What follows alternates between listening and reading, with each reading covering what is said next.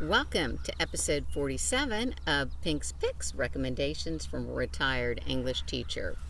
Today's titles are my first ever foray into books on tape.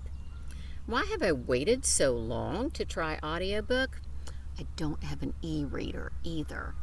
Like many of my fellow bibliophiles, I love the palpability of a book in my hands. I love the smell of books, both new and old. I love the turning of the pages, taking notes, flipping back and forth. I can do none of the above, however, while I drive. As a result, I visited the clearance rack. Apparently, books on actual CDs are soon to be relics, and selected several. I've been curious about William P. Young's The Shack since it debuted in 2007. I like the premise. Finding inner peace is a deeply personal journey and a lofty destination. After surviving an abusive childhood, protagonist Mack Phillips is enjoying a life of love and harmony with his wife and kids when his youngest is abducted and murdered. Nan's, Mack's wife, Faith, carries her through the tragedy.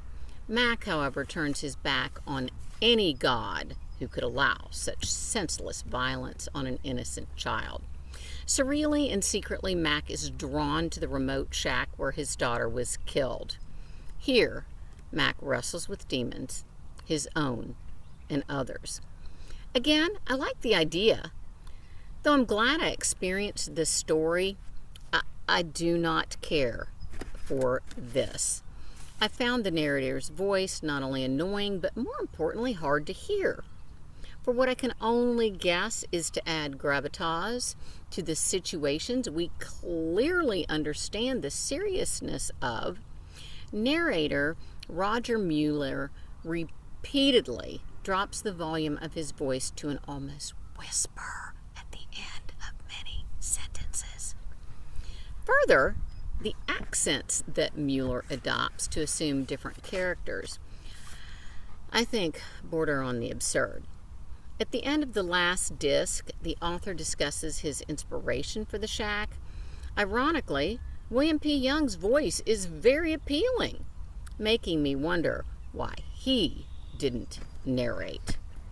Conversely, Julia Whalen perfectly embodies the speech accents, foreign and domestic, inflections and nuances of every character, both male and female, in Dennis Lehane's Since We Fell.